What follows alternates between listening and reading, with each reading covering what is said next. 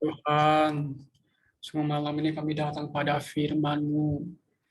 Tuhan, pimpin setiap kami, buka setiap hati kami, juga telinga kami, sehingga melalui pembacaan firman ini, kami boleh menjadi semakin peka, menjadi orang yang peka terhadap firman-Mu, menjadi orang yang mencari perkenan-Mu.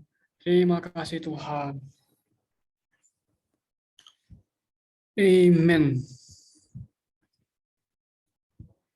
Bentar ya.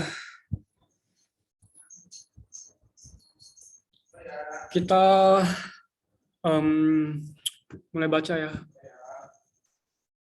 Terus ya izin share screen dulu. Hari ini cukup singkat ya. Eh, Cuma 3 ayat ya. Sedangkan orang di sini nggak cukup ya. Nggak sampai, nggak ada 5 orang ya. Oke, nggak apa-apa. Nanti kita juga sekalian baca catatan kakinya ya. Oke, kita sudah memasuki kitab yang terakhir ya, yaitu kitab Wahyu ya. Mantap. Nah, sebelum itu kita sedikit bahas mengenai garis besar dari kitab Wahyu ya.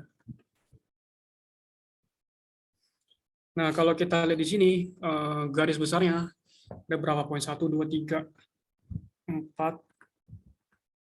Ya, jadi di sini hanya, bentar, poin 4-nya lumayan panjang, 5 poin ya.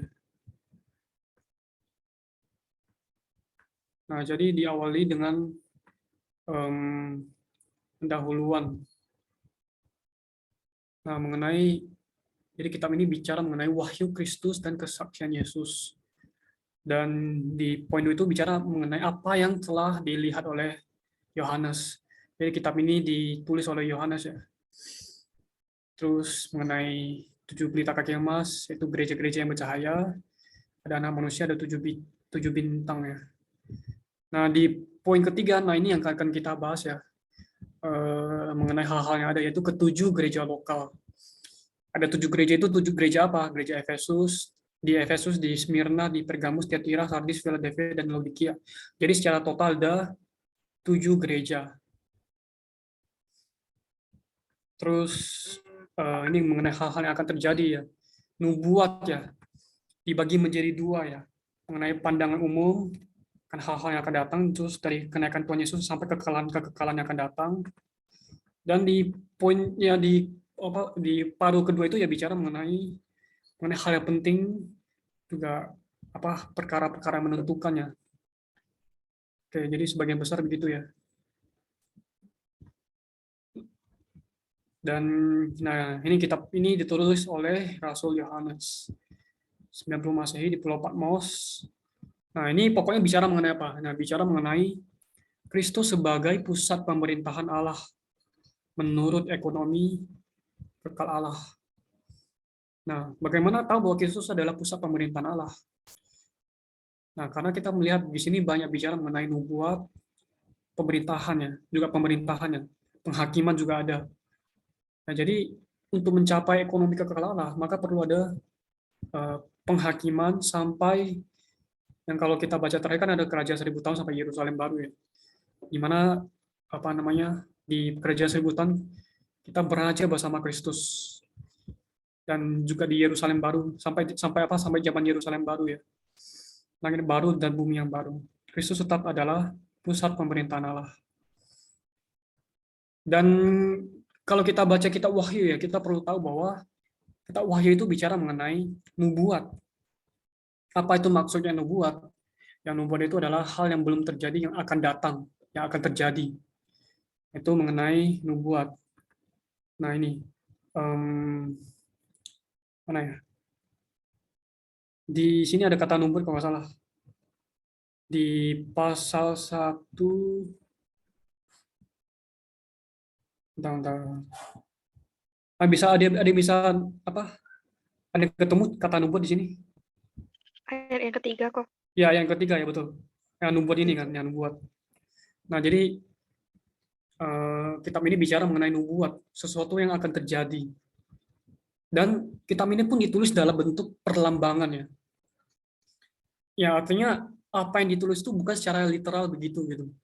Misalkan ada naga keluar dari laut, bukan berarti benar-benar ada naga keluar dari laut, tetapi itu hanyalah perlambangan, penggambaran, perlambangan. Nah, jadi ada orang mengatakan gambar itu lebih menjelaskan lebih banyak daripada kata-kata. Jadi begitu. Jadi dua hal yang perlu kita ingat. Kitab ini adalah kitab perlambangan dan juga kitab nubuat. Walaupun kalau kan kemarin kita kan sudah baca yang mengenai eh, apa namanya tujuh gereja lokal ya di kotanya, ada di Efesus, di Smyrna, di Pergamus. Walaupun ketika zaman Yohanes menulis surat ini, dan surat ini juga menuju kepada gereja lokal yang ada di sana, itu gereja di Efesus, gereja di Smyrna, dan dan 5 gereja yang lainnya. Ya, di satu sisi memang benar, Yohanes memang tulis untuk gereja di saat itu yang ada di situ, di zaman Yohanes. Tapi di sisi yang lain adalah nubuat. Jadi ketujuh gereja itu adalah nubuat. Jadi ada dua makna ya. Pertama, surat ini adalah untuk dituju untuk diberikan kepada 7 gereja di zaman Yohanes. Satu sisi, di sisi yang lain itu adalah bicarakan hal yang akan datang.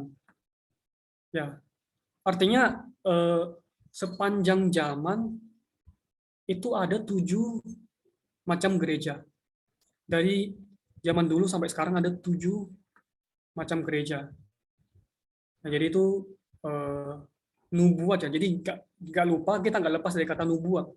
Bukan berarti ya gereja di Efesus pada zaman itu begitu kondisinya. Tapi itu adalah nubuat. Akan ada gereja yang model seperti ini. Gitu. Nah, jadi kan kita sudah melewati kitab Efesus ya. Nah, jadi dari 7 gereja, ada 5 gereja yang Tuhan celah. Satu gereja, Tuhan nggak celah sama sekali, juga nggak puji. Dan ada satu gereja Tuhan puji. Jadi di antara 7 gereja, hanya satu yang Tuhan puji. 5 yang Tuhan celah dan satu yang nggak puji juga celah. Nah, Efesus termasuk yang gereja yang dicelah. Kenapa dicelah? Karena masalah utamanya adalah dia telah meninggalkan kasih yang semula, kasih yang mula-mula.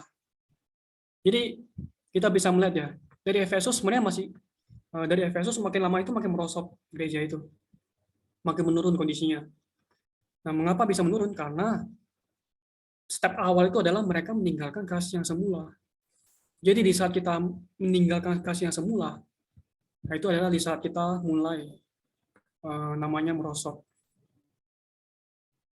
Nah, kita sudah baca sampai ayat 7 ya, sampai ayat 6 ya. Berarti hari ini kita lanjut pasal 2 ayat 7 sampai 9.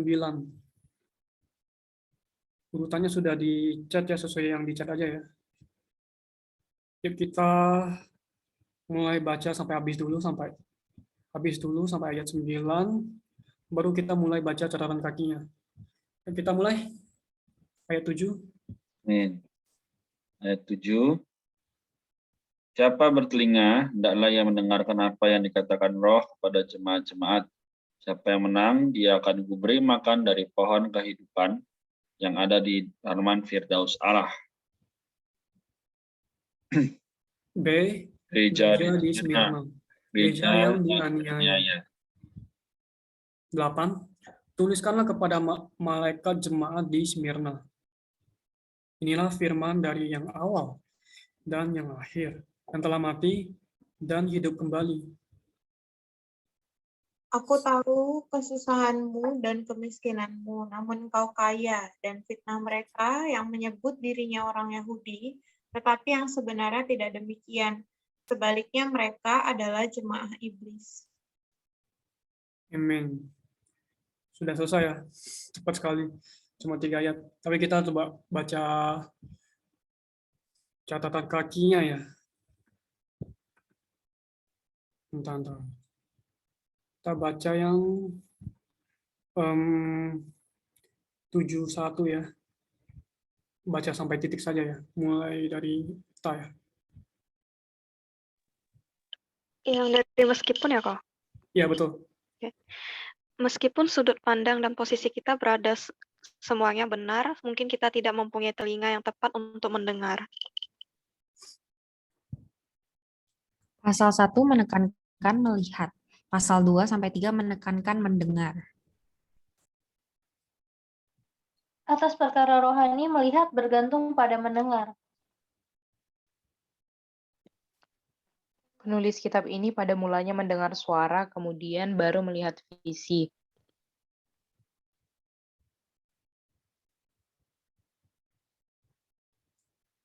Lanjut, Niko, apakah ada?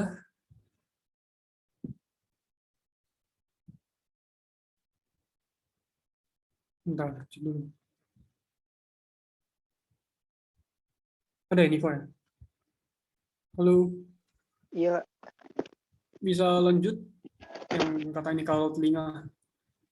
iya, bentar. Kalau telinga kita berat untuk mendengar, maka kita tidak akan dapat melihat.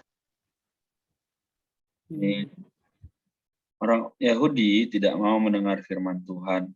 Sebab itu mereka tidak dapat melihat perkara yang diperbuat Tuhan menurut perjanjian baru. Tuhan selalu ingin membuka telinga kita agar kita mendengarkan suaranya, supaya kita bisa melihat segala perkara menurut ekonominya. Telinga yang berat untuk mendengar perlu disunat. Telinga orang dosa perlu dibersihkan dengan darah penebusan dan diurapi dengan roh itu.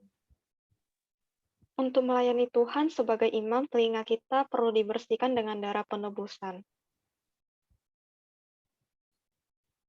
Menurut kitab ini, ketika roh itu berbicara kepada gereja-gereja, kita memerlukan telinga yang terbuka, disunat, dibersihkan, dan diurapi untuk mendengar pembicaraan roh itu. Amen. Kita lanjut di yang ini roh, mengenai roh ya. Intinya bicara mengenai bahwa Tuhan dan roh itu sama ya. Terus kita lanjut ini 73. Lady lanjut. Jemaat. Pada satu aspek, setiap surat adalah perkataan Tuhan kepada satu gereja tertentu. Tapi pada aspek lain, ini adalah perkataan roh itu kepada gereja-gereja. Amin. Setiap gereja bukan hanya perlu memperhatikan surat yang khusus ditulis untuknya, juga harus memperhatikan semua surat yang ditulis untuk gereja-gereja lain. Hal ini menyeratkan bahwa semuanya gereja sebagai kesaksian Tuhan dalam roh itu. Seharusnya sama. Ya, karena hari ini roh itu sudah berbicara kepada gereja-gereja, maka kita harus berada di dalam gereja, berdiri pada posisi yang tepat untuk mendengarkan roh itu berbicara. Kalau tidak, bagaimana kita bisa mendengar? Amin. Terus kita lanjut ya. Bentar. Nah, ini juga kalah penting ya ayat pasal 2 ayat 75. Kita lanjut ya. Agama selalu mengajar orang, tetapi Tuhan merawat orang. Rasul Paulus juga melakukan perkara yang sama, yaitu merawat kaum beriman.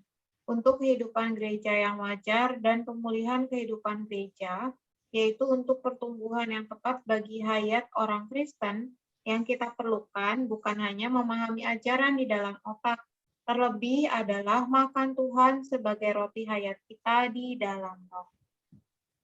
Sekalipun itu adalah perkataan Alkitab, tidak seharusnya hanya dianggap sebagai teori yang mengajar pilihan kita, melainkan dianggap sebagai makanan yang memberi rawatan kepada roh kita.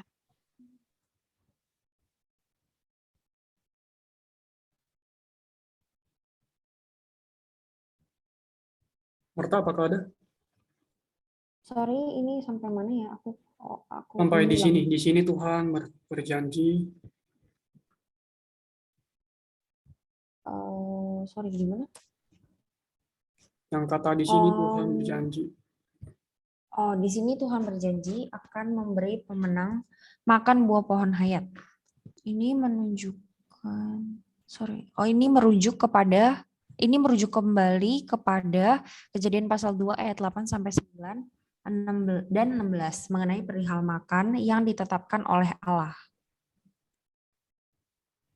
Thank you. Dalam surat yang ditulis untuk gereja di Pergamus, Tuhan berjanji akan memberi pemenang makan mana yang tersembunyi. Ini mengacu kepada perihal Bani Israel makan mana di padang gurun. Dalam surat yang ditulis untuk gereja di Laodikia, Tuhan berjanji akan berpesta atau makan bersama orang yang membukakan pintu baginya. Berpesta bukan hanya makan satu macam makanan, melainkan menikmati perjamuan yang limpah. Ini mungkin mengacu kepada Bani Israel menikmati kelimpahan hasil bumi, tanah permai Kanaan. Amin. Ini menunjukkan Tuhan berharap memulihkan umat Allah memakan makanan yang tepat, yaitu yang ditetapkan Allah, dilambangkan oleh pohon hayat, mana, dan hasil bumi tanah permai. Semua itu melambangkan berbagai aspek Kristus sebagai makanan kita.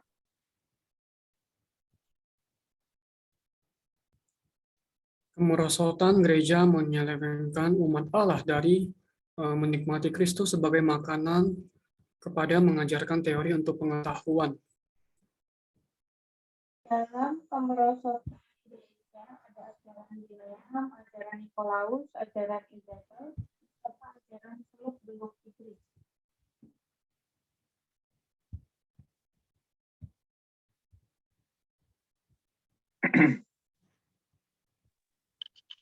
Kini dalam surat-surat ini Tuhan memulihkan cara yang tepat memakan dirinya sebagai suplai makanan kita.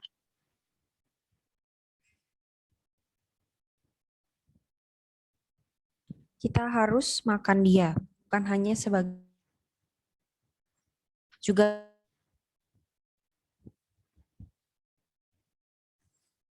Oke. Kelihatannya bentar. sorry putus. Putus ya. Juga sebagai pesta yang penuh dengan kelimpahannya. Amin. Ini bicara mengenai makanan, dan ini bicara mengenai pohon hayat ya. Karena waktu kita loncat saja ya ke nah, dan kita sudah bahas mengenai tasyir dari kata penutup dari gereja kepada gereja di Efesus ya. Nah, kita masuk ke gereja di Smyrna. Kita sedikit baca catatan kakinya. Smyrna itu maksudnya apa sih? Nah, Smyrna itu kan maksudnya adalah penderitaannya. Pahit, yang murid itu pahit, jadi mengacu kepada penderitaan. Entah kelihatannya.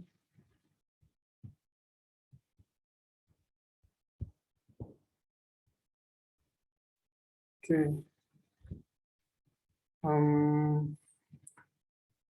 Kita lanjut di 83 ya. Takhir harusnya mata, sekarang harusnya lady.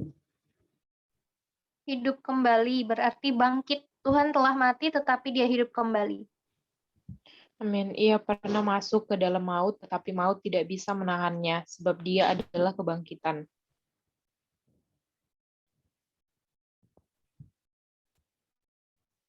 Niko?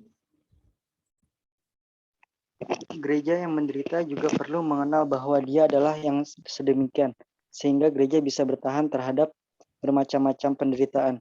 Betapapun beratnya penderitaan itu, gereja akan tetap hidup. Hayat kebangkitan Kristus tahan terhadap maut. 91 lanjutnya. Terakhir itu. Bagi gereja, kesusahan itu berharga karena bisa menguji hayat gereja. Tuhan mengizinkan gereja tertimpa kesusahan, bukan hanya untuk mempersaksikan bahwa hayat kebangkitannya mengalahkan maut, juga membuat gereja bisa menikmati kelimpahan hayatnya. Oke, sudah selesai sampai di sini ya. Cukup panjang catatan kakinya, nanti mungkin bisa lanjut baca sendiri ya. Jadi sampai sejauh ini dari 3 ayat ini juga catatan kakinya, apakah ada yang mau sharing? Dari 3 ayat ini, dari posisi pembacaan hari ini.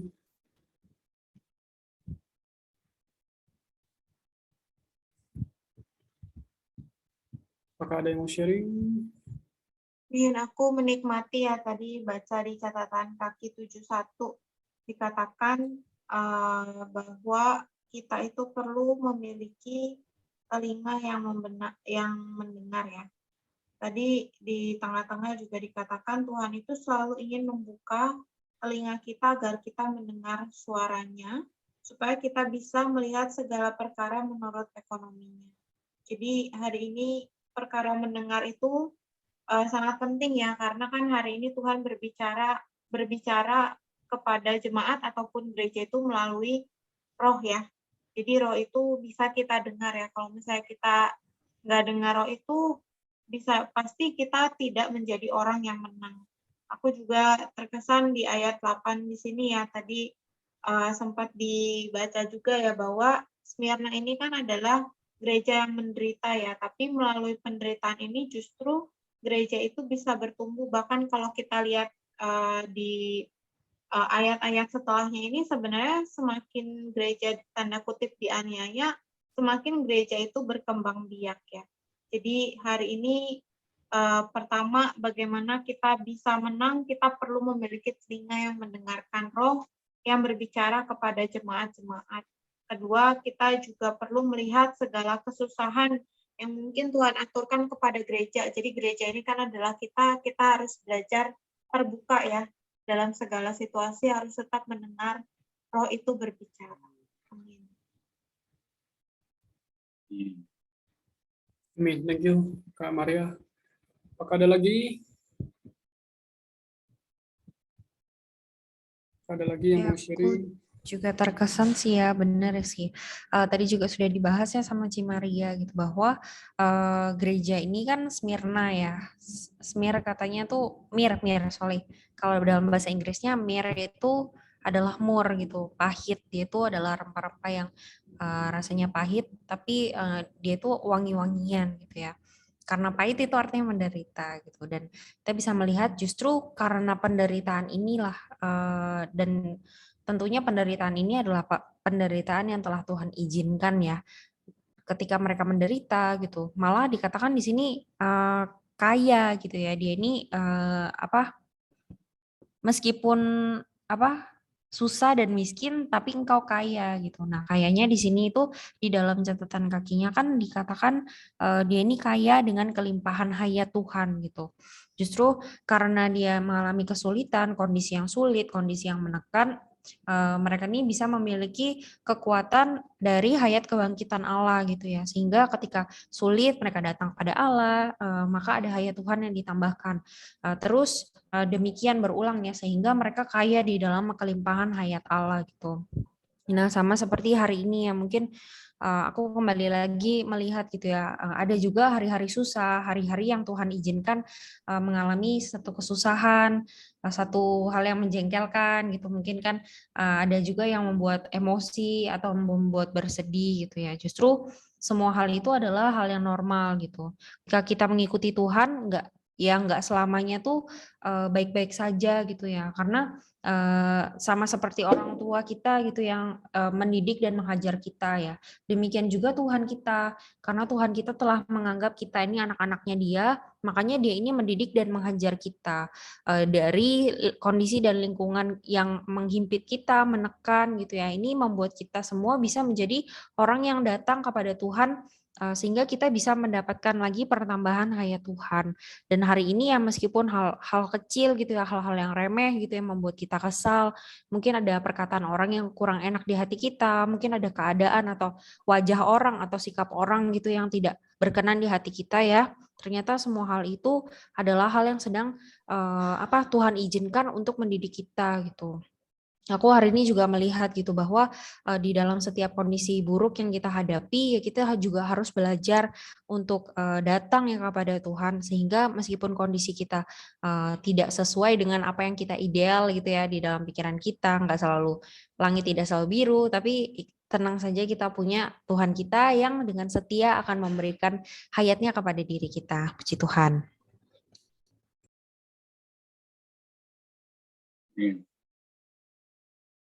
Amin. Thank you, Marta. Apakah ada lagi?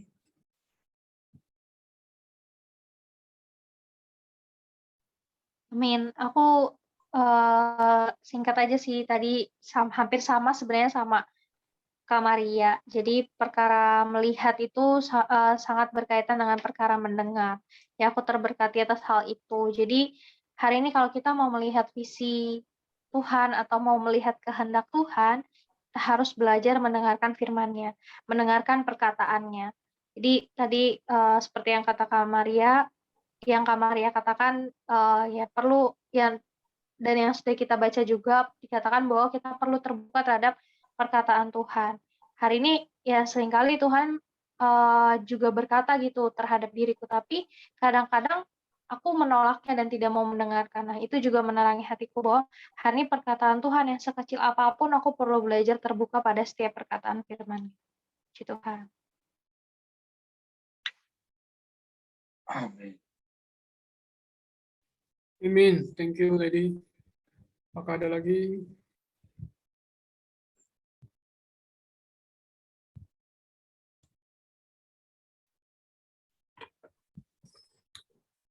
Oke. Kelihatannya sudah nggak ada ya. Nggak apa, kita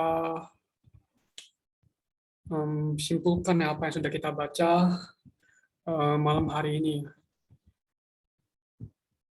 Nah, jadi sebenarnya agak tanggung ya di ayat 7 itu kan sebenarnya lanjut penutup dari pesan Yohanes kepada gereja di Efesus ya. Dan gereja Efesus adalah gereja tahap sebermula. Jadi kalau ada 7 gereja, berarti ada 7 tahapan. Dan selama 2000 tahun, nah sejarah gereja itu adalah terdiri dari 7 tahap. Tahap awal dimulai dari Efesus. Tahap kedua, Smyrna, gereja yang dianiaya. Makanya kalau kita lihat di zaman dulu, ada kan, terutama di Roma ya, banyak orang Kristen itu dianiaya. Nah itu zaman atau tahapan gereja di Smyrna, di mana banyak orang itu ketika mereka percaya Tuhan, mereka dianiaya. Dan juga ada tahap gereja Pergamus ya, di mana gereja itu sudah mulai ada kecampuran dengan dunia. Dan kalau yang selanjutnya yang mungkin besok ya bisa bahas ya, bisa besok ya. Nah jadi mengenai gereja di Efesus, kan di sini kita ditutup dengan perkara mendengarkan ya.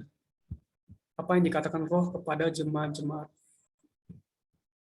Nah, jadi kalau kita baca setiap surat itu ditutupi dengan diawali dengan perkataan Tuhan Yesus, ya ditutupi dengan perkataan Roh. Ya. Jadi apa yang dikatakan Tuhan sama Roh itu sama. Jadi Tuhan dan Roh itu satu. Nah, poin apa yang perlu kita ambil di sini yaitu kita perlu menjadi orang mendengarkan. Kalau nggak mendengar, bagaimana kita bisa melihat? Oleh karena itu kita perlu belajar mendengarkan. Ya, kita perlu memiliki telinga yang disunat ya. Mungkin kita sulit untuk mendengarkannya. Oleh karena itu ya perlu ada satu doa di hadapan Tuhan. Ya, Tuhan kira Engkau menanggulangi, menyunat telingaku yang susah untuk mendengar, sehingga aku bisa mendengar apa yang dikatakan oleh Roh itu. Berikan aku telinga yang tajam, juga telinga yang peka terhadap suara perkataan Roh itu. Kepada siapa? Ya kepada jemaat-jemaat. Ya memang satu sisi surat ini tertuju kepada gereja di Efesus, jemaat di Efesus. Tetapi di sini kata perkataan ini, nasihat ini adalah juga tertuju kepada jemaat-jemaat. Bukan tunggal ya, tapi jamak. Jadi nggak cuma mengacu kepada gereja di Efesus, tapi mengacu kepada semua gereja. Nah, jadi nggak cuma hanya gereja Efesus yang perlu mendengarkan. Ya, 7 gereja yang tadi disebutkan itu juga perlu mendengarkan. Semua gereja perlu mendengarkan apa yang dikatakan Paul itu. Jadi apa yang ditulis di sini memang sudah lewat zamannya, tetapi masih berlaku kepada kita. Karena kita adalah bagian dari jemaat-jemaat. Nah, kalau kita bisa mendengarkan, baru kita bisa melihat visi. Nah, ketika kita melihat visi, itulah yang dapat mengubah hidup kita. Kemudian dilanjutkan siapa yang menang. Menang terhadap apa? Nah, kalau kita lihat gereja di Efesus, masalahnya apa? Karena telah meninggalkan kasihnya semula. Yang mereka banyak pelayanan, banyak jerih lelah, tapi mereka lupa mengasihi Tuhan. Nah, oleh karena itu kita perlu menang terhadap kemerosotannya, yaitu kehilangan kasih yang semula, juga menang terhadap perbuatan pengikut-pengikut Nikolaus ya. Jadi pengikut Nikolaus itu ya mengenai ajaran sistem hierarki. Jadi di zaman itu sudah ada ya pengikutnya, pengikut Nikolaus sudah ada, mulai ada sistem hierarkinya. Ya, oleh karena itu kita perlu mendengarkan perkataan Tuhan. Kita juga perlu menang terhadap kondisi yang merosot ini. Mari kita sama-sama pulihkan kasih semula kita terhadap Tuhan. Sehingga kita bisa memakan pohon dari pohon kehidupan. Ya. Jadi kehendak sebelum mula Allah adalah Allah ingin semua manusia itu makan pohon kehidupan. Ya, pohon kehidupan itu melambangkan apa? Itu Kristus itu sendiri sebagai makanan bagi kita. Kita akan menjadi apa yang kita makan ya. You are what you eat gitu. Semakin kita memakan Kristus, maka kita semakin serupa dengan Dia. Bahkan menjadi sama seperti Dia. Jadi ini mengenai pesan terakhir ya, penutup dari surat untuk gereja di Efesus. Nah, kalau gereja di Smyrna, kan tadi sudah bahas ya bahwa gereja di Smyrna itu ada gereja yang dianiaya. Makanya kita melihat di awal ditulis terhadap gereja yang dianiaya yang menderita itu. Tuhan itu mengatakan bahwa dia itu adalah yang awal dan yang akhir, Alfa dan Omega, yang telah mati dan hidup kembali. Walaupun gereja menderita, dianiaya, disiksa, miskin, susah, tapi Tuhan mengatakan dia itu awal dan akhir. Dia itu pernah melalui maut dan hidup kembali. Jadi dia itu adalah kebangkitan. Jadi dia itu awal dan akhir, nggak ada yang bisa mengawali dia, nggak ada yang bisa di belakang dia. Jadi semua itu sudah dibawa kendali Tuhan. Jadi nggak perlu khawatir, walaupun kelihatannya di luarannya kelihatannya menderita. Ya, walaupun kita menderita, kita merasa kita mati, tapi kita bisa hidup kembali.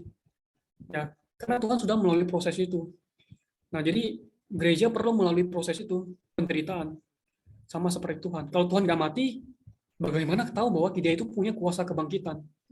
Kalau gereja nggak mengalami namanya kematian, kita nggak mengalami namanya kematian, ya kita nggak tahu apa itu kuasa kebangkitan. Justru kalau kita mengalami kesusahan, penderitaan, disitulah kuasa kebangkitan itu ternyatakan. Kalau enggak, kita nggak akan pernah tahu apa rasanya kebangkitan itu. Ya, jadi mungkin yang hari ini merasa susah ya, wah kok di gereja susah ya, kok saya dianiaya ya. Ya justru perlu bersyukur ya. Justru di dalam kondisi tersebut kita tahu siapa Tuhan kita. Yaitu adalah Tuhan yang pernah mati dan bangkit kembali. Nah, jadi ya inilah kesimpulan malam ini. Jadi Tuhan itu tahu ya apa yang kita alami. Dia tahu segala sesuatu. Dia tahu kesusahan kita, kemiskinan kita, kita kaya. Dia tahu kita itu difitnah. Dia tahu semuanya gitu. Tapi ya tenang aja, kita hanya perlu kembali kepada Tuhan ya, karena Dialah yang awal dan yang akhir. Dia adalah yang telah mati dan bangkit kembali. Oleh karena itu ya malam ini ya kembali lagi ya kita perlu memiliki telinga yang mendengar terhadap apa yang dikatakan Tuhan supaya kita bisa melihat visi. Nah, akhirnya kita bisa menikmati pohon kehidupan, di mana di situ ada kenikmatan yang lebih sempurna. Walaupun kita mengalami penganiayaannya, kita nggak perlu takut. Justru kita mengalami penganiayaan, penderitaan, barulah kita bisa barulah kuasa kebangkitan Tuhan ternyatakan. Oleh karena itu ya apapun yang terjadi ya kita tetap perlu bersandar pada Tuhan yang sebagai yang awal dan akhir, yang telah mati dan hidup kembali. Oke, kita sampai di sini. Kita tutup ya dalam doa ya. Mungkin apakah ada yang mau sukarela berdoa? Mungkin satu atau dua orang.